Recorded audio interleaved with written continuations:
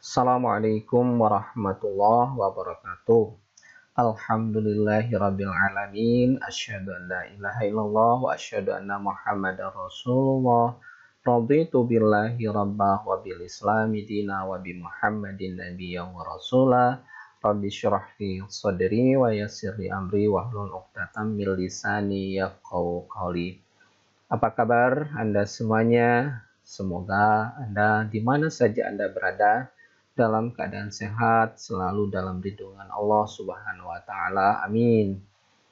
Pada kesempatan ini kita akan lanjutkan topik ya yang kita akan bahas pada jenis-jenis leguminosa pastura.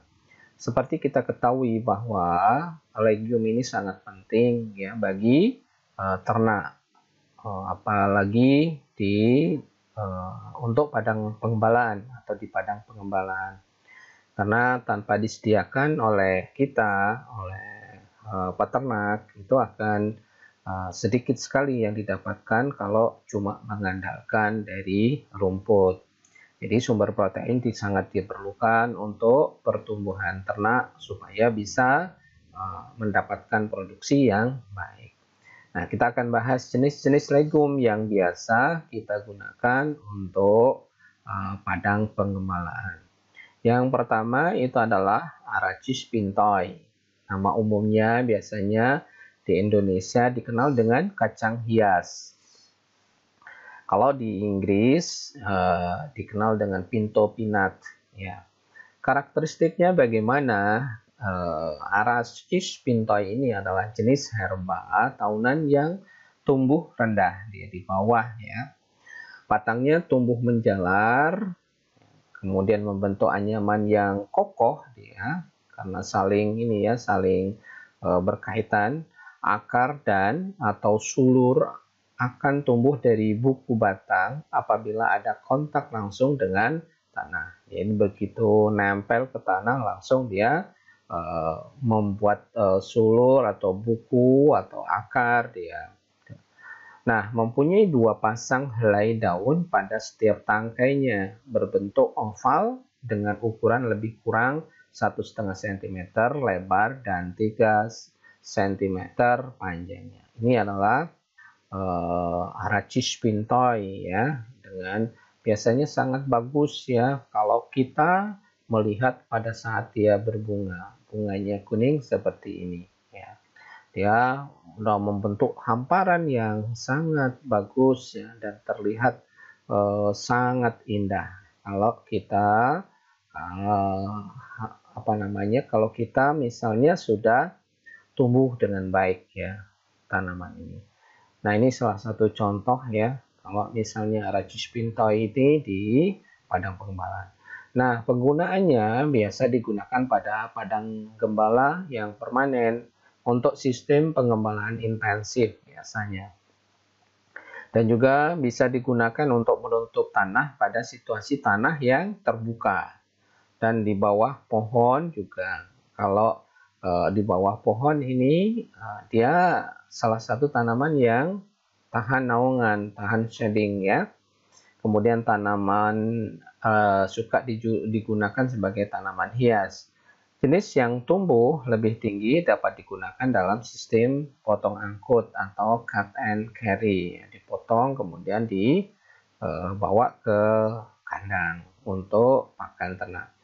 Nah, kandungan nutrisinya protein kasar itu bisa mencapai antara 13 sampai 25%. Kemudian pencernaan bahan kering antara 60 sampai 70%. Ya, bahan kering. Kemudian kandungan tanin relatif rendah. Oke. Ini sebetulnya kandungan tanin ini cukup baik ya, tidak terlalu tinggi. Nah, berikutnya adalah produksi. Bagaimana produksinya? Produksi bahan kering bisa mencapai 5 ton per hektar per tahun.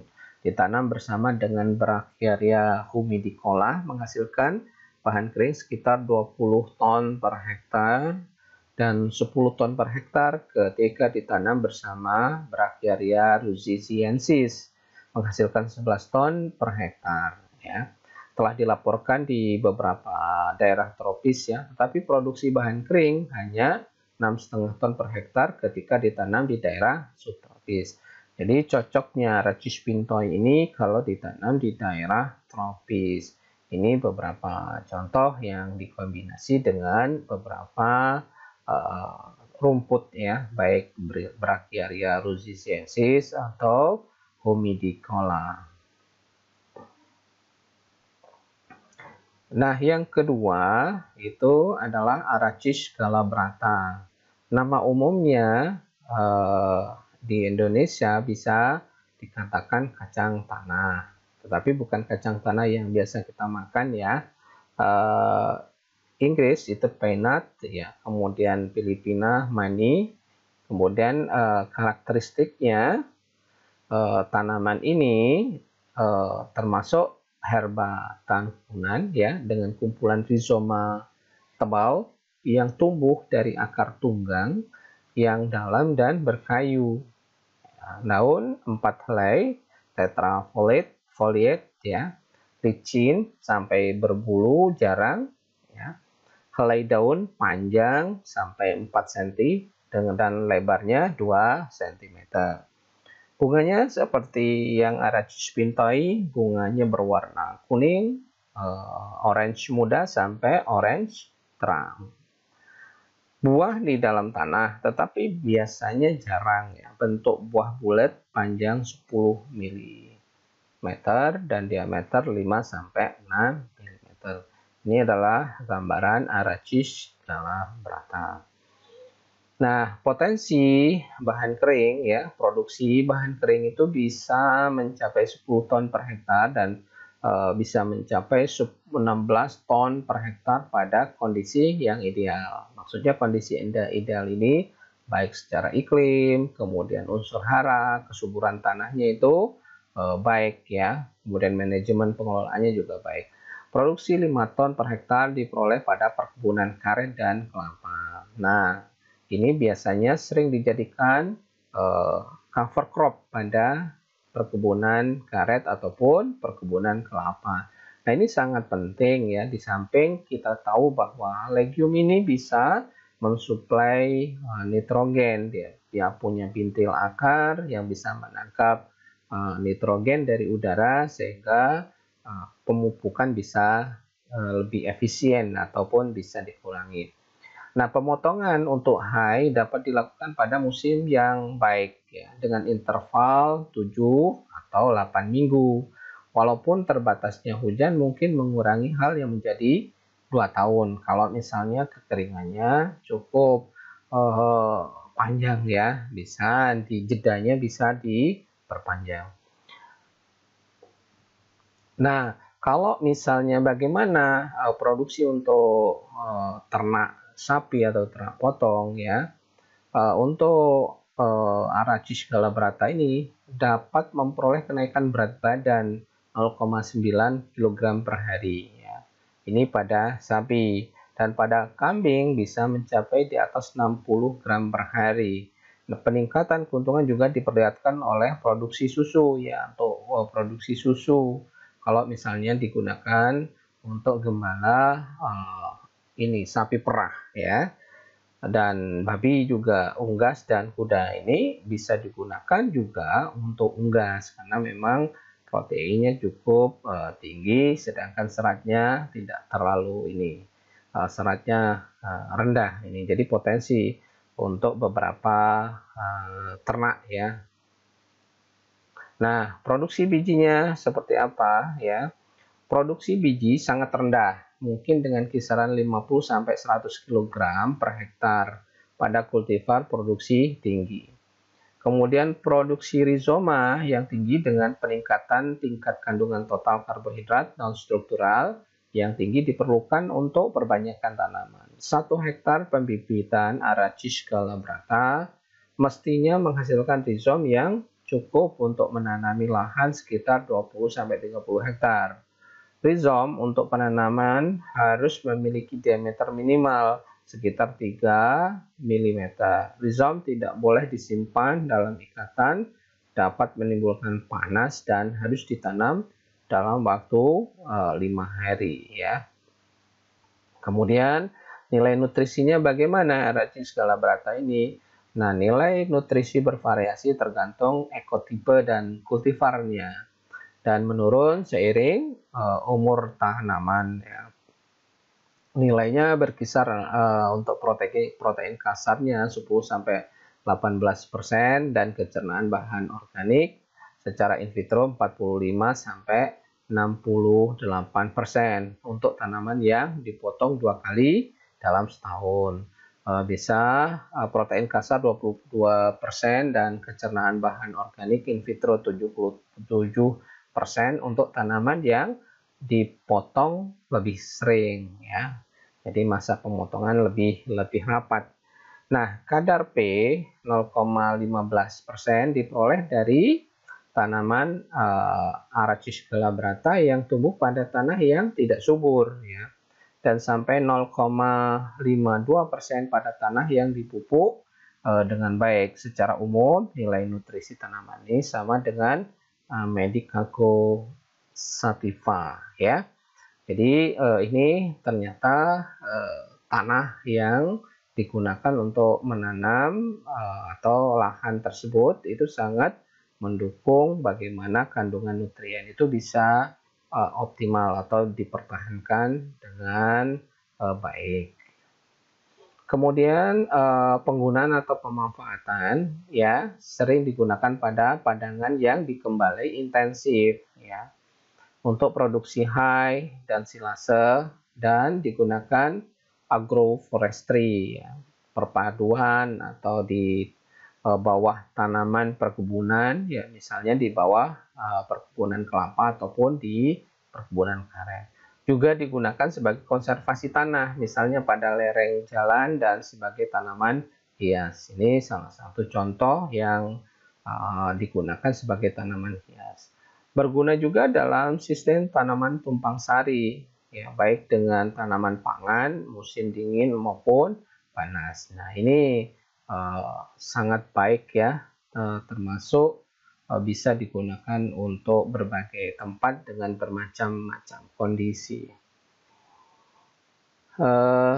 Yang ketiga legiumnya adalah Centrosema macrocarpum ya. Nama umum di Indonesia dikenal dengan kacangan di Sunda, ada yang ngomong kibesin ya. Dengan karakteristik tumbuh dengan siklus hidup perennial ya, perakaran pada node di beberapa genotipe. Nah, Centrosema pubescens merupakan legium yang berasal dari Amerika Selatan dan merupakan tumbuhan yang sifatnya perennial ya.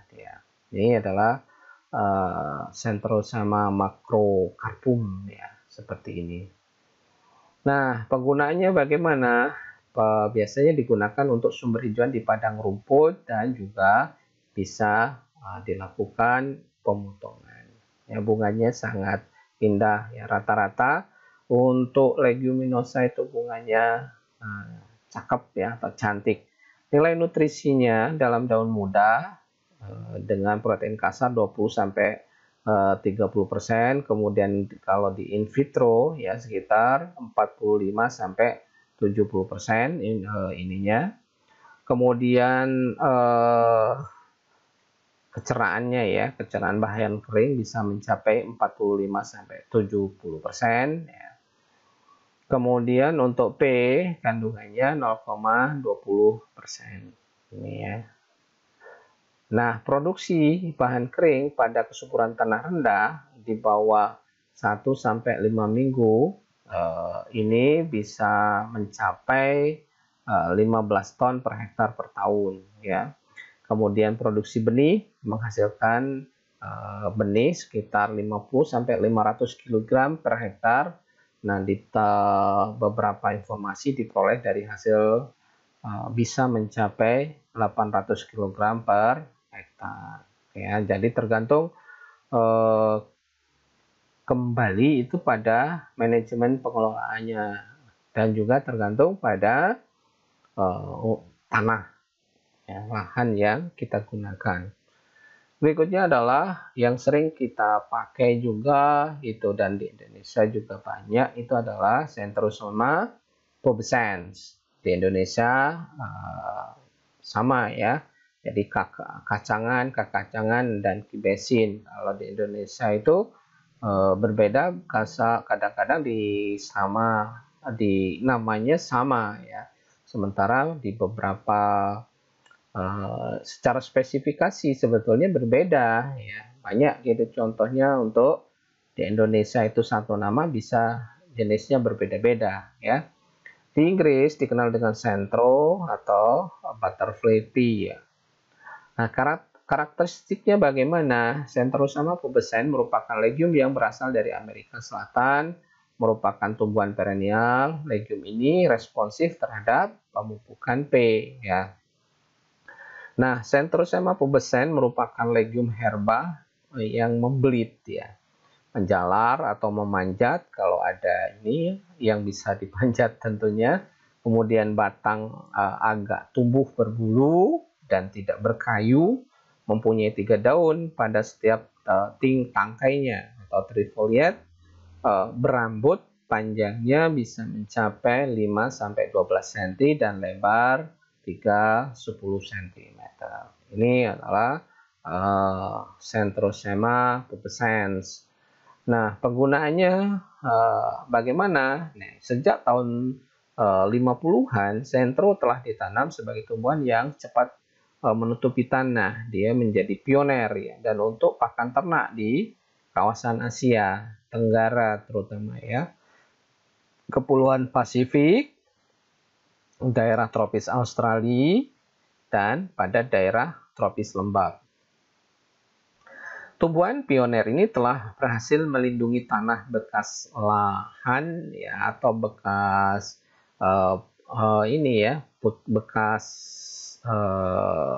tambang ataupun bekas ini ya, yang istilahnya tanah-tanah yang kurang subur ya, dari pengaruh hujan atau bekas ini erosi dan aliran permukaan, serta banyak memproduksi biomasa dan sumber pupuk organik untuk memperkuat agregat tanah dan menyimpan ketersediaan air dia.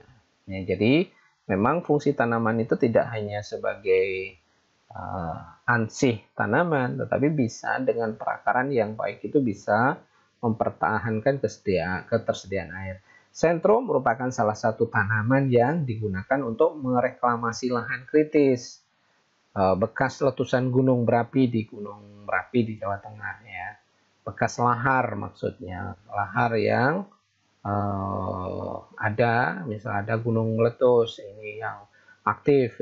Kalau kita tahu bahwa di kita ini banyak gunung yang aktif ya.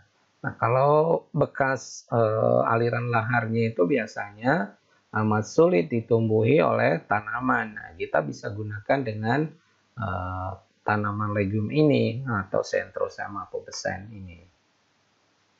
Nah, produksinya bagaimana?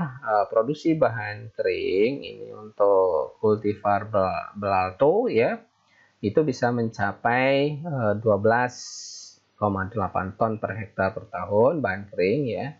Di North Queensland ya 7,6 ton per hektar per tahun dry matter atau bahan kering di bawah. Kemudian di Quilichao, Colombia, Assassinat juga ini 7,5 ton ya. Nah, produksi ternak bisa mendapatkan untuk 550 sampai 650 kg per hektar per tahun, mendapatkan pertumbuhan bobot badan yang cukup tinggi ya, yang dikombinasi dengan panikum maksimum ya. Ini juga dilaporkan bahwa cukup tinggi untuk gabung ya, dikombinasi campuran dengan Centro dan panikum maksimum. Ini sangat menjanjikan di daerah Australia dan Queensland. Produksi benihnya bisa mencapai 350 kg per hektar per tahun di bawah percobaan ya, dan 107 kg per hektar di bawah kondisi komersial. Jadi kondisi percobaan ini biasanya memang sengaja dikondisikan untuk perlakuan ya, ada beberapa perlakuannya, entah itu pemupukan atau manajemen pengelolaannya ya, dengan berbagai tata laksana yang bisa dikelola untuk lahan tersebut, padang gembala. Nah, yang kelima adalah Calopogonium muconoides. Nama umumnya adalah Calopogonium ya. Karakteristiknya bagaimana? Tanaman yang tumbuh cepat dengan menjalar, membelit dan melata. Ya, panjang hingga beberapa meter, membentuk sekumpulan daun yang tak beraturan dengan ketebalan 30-50 cm. Dengan batang padat, rambut, berdaun 3, panjang tangkai daun hingga 16 cm. Daun membentuk menjorong ya, membundar, telur, oval. Bagian lateral menyerong ya, kedua permukaan menggundul, bunga tandan ini ya, bunga panjang hingga 20 cm. Kemudian bunga dalam fasikulum berjumlah 2-6, berwarna biru sampai ke ungu. Polongnya memita dan melonjong dia. Kemudian lurus ataupun melengkung dengan rambut coklat kemerahan di antara biji. Biji berjumlah 3-8. Biji berbentuk persegi, panjang dan padat ya, dengan panjang antara 2-3 mm, berwarna kekuningan atau coklat kemerahan. Nah, penggunaannya seperti apa? Penggunaan Calopogonium ini dikenal sebagai satu jenis kacang polong pelopor untuk melindungi permukaan lahan, mengurangi temperatur lahan, memperbaiki kandungan nitrogen, meningkatkan kesuburan lahan, dan mengendalikan pertumbuhan gulma. Tanaman ini merupakan salah satu tanaman penutup yang penting untuk tanaman perkebunan, terutama karet, kelapa sawit ya. Kalau di Indonesia ini sangat potensial kalau Calopogonium ini, kalau misalnya dijadikan sebagai cover crop di daerah perkebunan kelapa sawit ya, di mana tanaman ini sering ditanam bersama dengan Centrosema pubescens ya. Kita tahu Centro ini juga potensial di Indonesia, dan kacang ruji atau Pueraria fascioloides ya. Calopogonium juga digunakan sebagai pupuk hijau untuk peningkatan kualitas lahan, dan biasanya ditanam untuk makanan hewan dan digunakan sebagai atau sepanjang tahun di akhir musim kering ya. Jadi ini bisa digunakan kalau misalnya dijadikan sebagai cadangan ya, cadangan makanan terutama di akhir musim kemarau. Nah, kandungan nutrisinya bagaimana? Kecernaan in vitro bahan kering daun berkisar antara 58-66%. Tergantung pada umur tanaman dan tingkat ketebalan bulunya. Protein kasar pada pertumbuhan puncak berkisar dari 16-24%. Produksi bahan kering di bawah kondisi pemotongan teratur, produksi tahunan mencapai 4-6 ton per hektar, diperoleh ketika dipotong setiap 9-12 minggu. Ya. Produksi bahan kering biasanya menurun seiring waktu dengan pemotongan berulang atau penggembalaan. Ini ya gambaran ya dari ini Calopogonium tadi. Nah, produksi ternak, untuk mendukung produksi ternak ternyata pada ternak yang dilepas di padang rumput, dikombinasikan dengan rumput Brachyria decumbens dan Brachyria brezanta, dia bisa mencapai 3,1 ekor per hektar, memperoleh kenaikan pertumbuhan badannya 0,35 kg per ekor per hari selama periode 3 tahun. Sementara padang gembala yang ditanami dengan C ya, muconoides memperoleh kenaikan 0,40 kg per ekor per hari pada periode yang sama.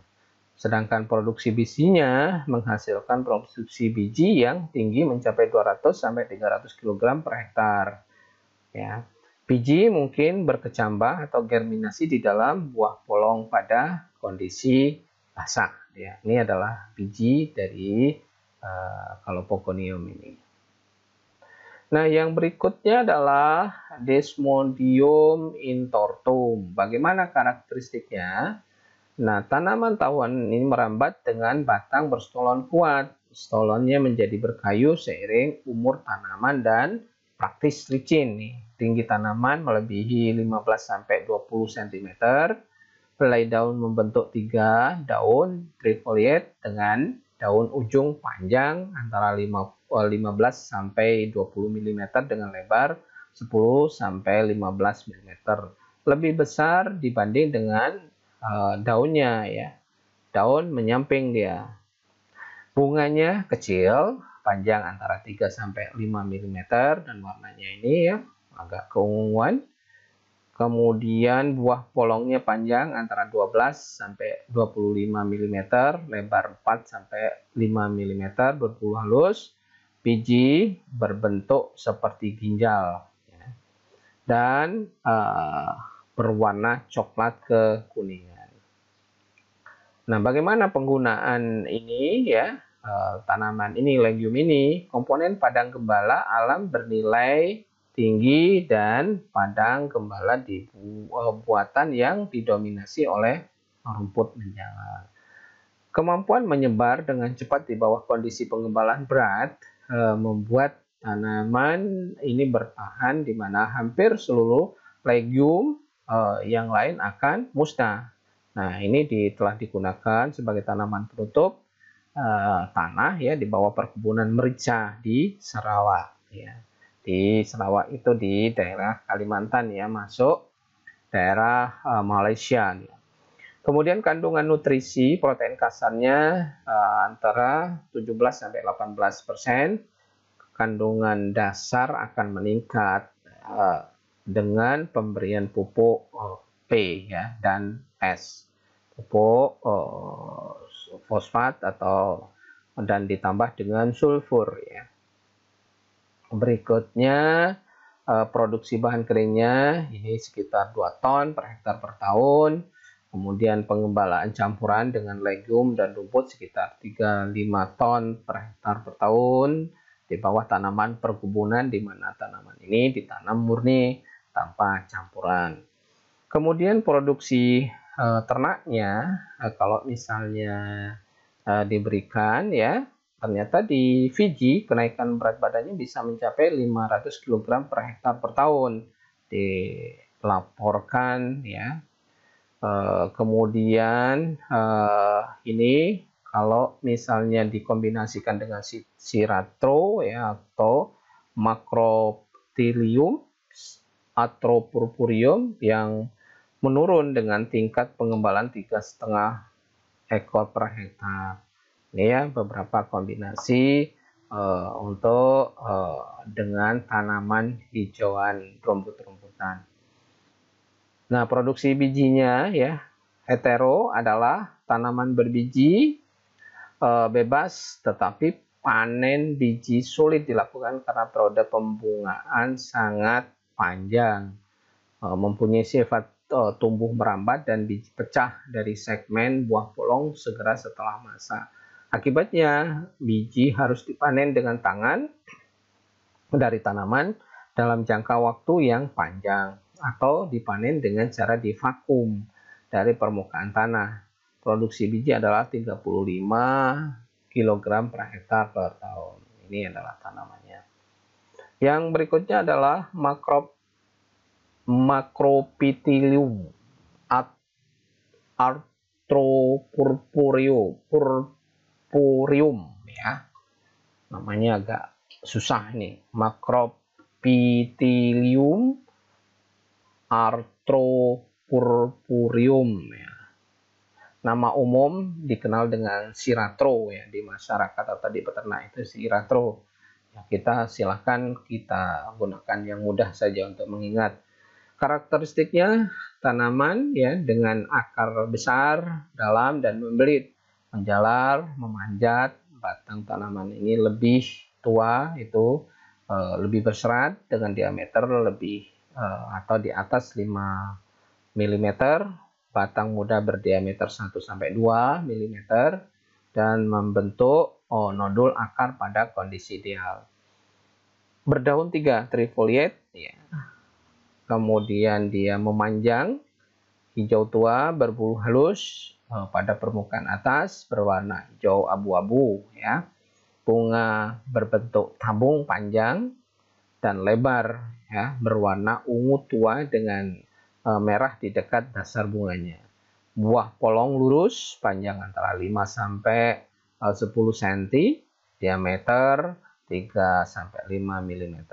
Buah polong akan menyebar ketika masak, biji berbentuk bulat, coklat muda sampai hitam bulat pipih. Ini adalah salah satu contoh dari Macrophyllum arthropurpureum ya, atau dikenal dengan siratro ya. Penggunaan terutama digunakan sebagai atau diterapkan di padang penggembala jangka pendek dan bisa juga digunakan pada padang penggembala permanen ya. Paling baik dan cocok untuk pengembalaan tanaman ini juga dapat digunakan untuk potongan ya, cut and carry dan membuat hay. Biasanya ditumpang sarikan atau dikombinasikan dengan rumput. Sifatnya yang saling membelit mungkin akan menyulitkan panen. Ya.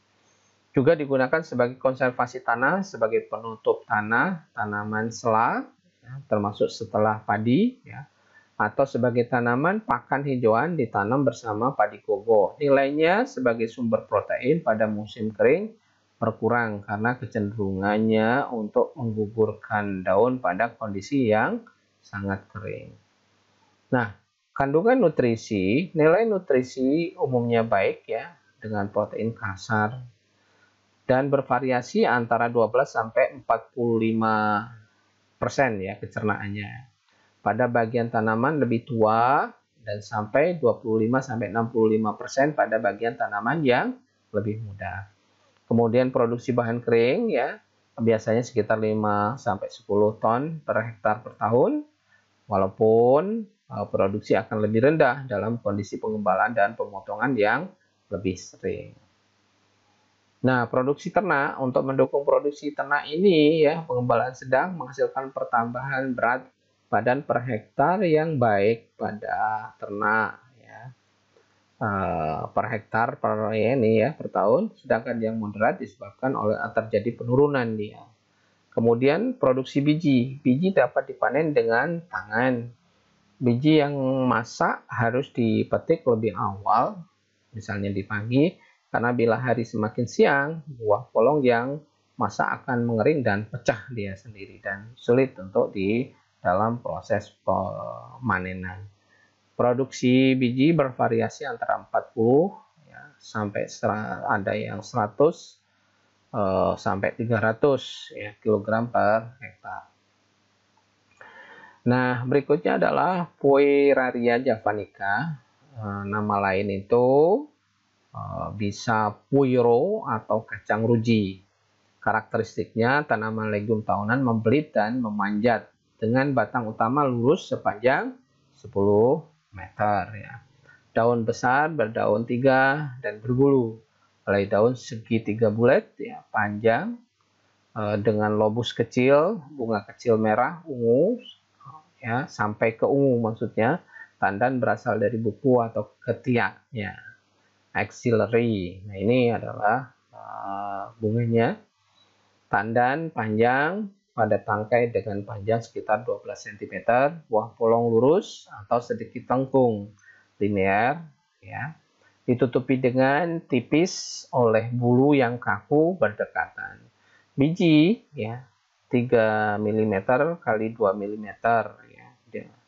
Bulat dengan sudut bulat berwarna coklat sampai ke coklat kehitaman. Oke. Penggunaan ya, yang jelas penggunaan karena kita bahas itu untuk tanaman ini ya, penggembalaan ini sebagai tanaman campuran ya untuk penutup tanah yang digembali atau tidak digembali atau sebagai satu komponen dalam padang gembala campuran antara rumput legum ya dikombinasikan di daerah tropis basah. Juga digunakan sebagai hay, sebagai silase, atau potongan cut and carry dan sebagai tanaman penutup tanah perkebunan. Ini contoh kalau dikombinasikan dengan perkebunan sawit ya. Kemudian kandungan protein ya, protein kasarnya 12 sampai 24% dan mineralnya tinggi, mineral terutama kalsium ya. Kemudian pencernaannya bisa 60 sampai 70% ya. Di Nigeria malah pertumbuhan kembali umur 6 bulan memiliki pencernaan 52% ya. Protein kasarnya 14%. Ya, kualitas nutrisi menurun pada musim kemarau. Nah, produksi bahan kering tahunan pada penanaman murni tinggi ya. Pada legium yang membelit berkisar antara 5 sampai 10 ton per hektar dengan produksi tertinggi terjadi di lingkungan tropis yang basah. Ini kombinasinya dengan tanaman sawit ya. Kemudian produksi biji terdapat kesulitan dengan produksi biji sehingga panen biji bervariasi. Di Kolombia itu bisa mencapai 38 sampai 70 kg per hektar. Di Brasilia panen dengan tangan menghasilkan 110 sampai 136 kg per hektar per hektar ya. Pada tanah yang subur dengan kandungan bahan organik tinggi, produksi biji mungkin bisa mencapai 400 sampai 500 kg per hektar. Nah, tanaman ini memerlukan pendukung misalnya panjatan untuk produksi biji tinggi dan mempermudah di dalam proses pemanenan. Berikutnya adalah Stylosanthes guianensis ya dengan karakteristik yang kokoh, tegak sampai semi tegak. Tanaman tahunan berumur pendek, tumbuh sekitar 1,2 meter ya. Daun batang muda tidak berbulu, daun panjang antara 0,5 sampai 4,5 cm dan lebar antara 0,2 sampai 2 cm. Bunga berwarna kuning, orange dengan standar 4 sampai 8 mm kali 3,5 sampai 5 mm ya. Biji berwarna coklat pucat, berwarna dari kuning sampai kehitaman. Oke, penggunaan ya tanaman untuk padangan jangka panjang ataupun pendek ya, bisa digembala, bisa juga cut and carry. Digunakan tanaman selat dengan padi juga bisa, penutup tanah atau penahan erosi di kebun, pupuk juga sebagai pupuk hijau ya, bisa digunakan sebagai hay atau untuk tepung daun dan pelet juga bisa digunakan tanaman ini. Kandungan nutrisinya antara 12 sampai 20%, pencernaan bahan keringnya itu 52 sampai 60%. Kemudian produksi bahan kering antara 5 sampai 10 ton per hektar tergantung pada kultivarnya.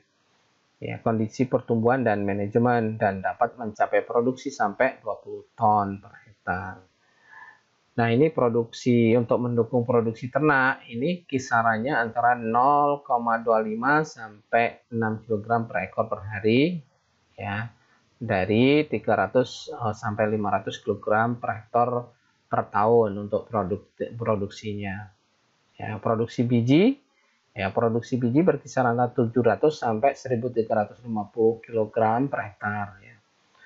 Pada daerah tropis kering seperti di Thailand ya, pembungan mulai bulan September Oktober dan mencapai puncak pada bulan November dan Desember.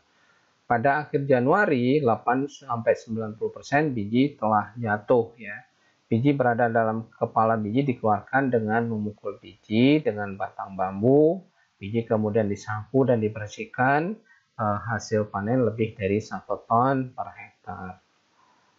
Nah, berikutnya adalah Laplap purpureus ya, nama umumnya kacang komak. Karakteristiknya tanaman semusim yang tumbuh merambat, membelit, dan memanjat ya. Membentuk batang yang kuat, panjang sekitar 3-6 meter, daun 3 helai dalam satu tangkai trifoliate, helai daun lebar agak bulat berseberangan atau paralel sepanjang 7,5 sampai 15 cm. Berbunga banyak dengan pola kelompok bunga tandan pada tangkai yang memanjang. Bunga berwarna putih atau biru atau ungu dengan tangkai yang pendek, panjang, bulat, polong 4-5 cm. Ya, warna biji bervariasi dari putih sampai coklat muda dan tua. Nah, penggunaan ini tanaman legum tropis multiguna, digunakan sebagai tanaman pangan konsumsi manusia di Asia Tenggara dan Selatan, di Afrika Timur. Bunga dan daun polong muda digunakan sebagai sayuran. Juga digunakan sebagai legum pakan ternak dan sebagai pupuk hijau atau tanaman penutup dan juga sebagai pakan konsentrat. Dapat ditanam secara monokultur atau dalam sistem tumpang sari. Kandungan nutrisinya, daun memiliki kadar protein sekitar 21 sampai 38%. Nah, cukup tinggi ini untuk lap-lap ini ya. Umumnya sekitar 26%. Lebih rendah untuk batang, ya, pencernaan berkisar antara 55 sampai 76%. Umumnya di atas 60% untuk daun ya. Bijinya mengandung vitamin A, B, C yang tinggi nih lap-lap ini. Nah, produksi bahan kering ya semusim atau daun dan batang umumnya di atas 4 ton per hektar pada daerah subtropis semi basah.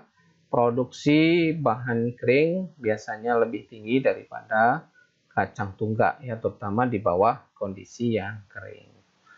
Nah, dilaporkan ya untuk produksi untuk mendukung pertumbuhan ternak ini berhasil mengkonsumsi lap-lap segar mendapat kenaikan bobot badan antara 350 gram per ekor per hari dalam waktu 3 bulan ya. Sementara sapi tanpa lap-lap malah kehilangan berat badannya. Di Australia, kenaikan berat sapi berkisar antara 0,09 sampai 1,04 kg per ekor per hari. Nah, produksi bijinya, ya, pemasakan biji pada kultivar untuk hijauan tidak seragam, tetapi tanaman menjalar sering memiliki kematangan yang lebih lebih sinkron ya. Hasil panen sekitar 1 sampai 2,5 ton per hektar.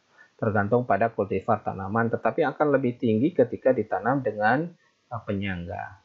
Oke, sekian dulu. Terima kasih atas atensi dan perhatiannya. Tetap patuhi protokol COVID-19 ya. Memakai masker, kemudian cuci tangan, jaga jarak walaupun di mana saja Anda berada.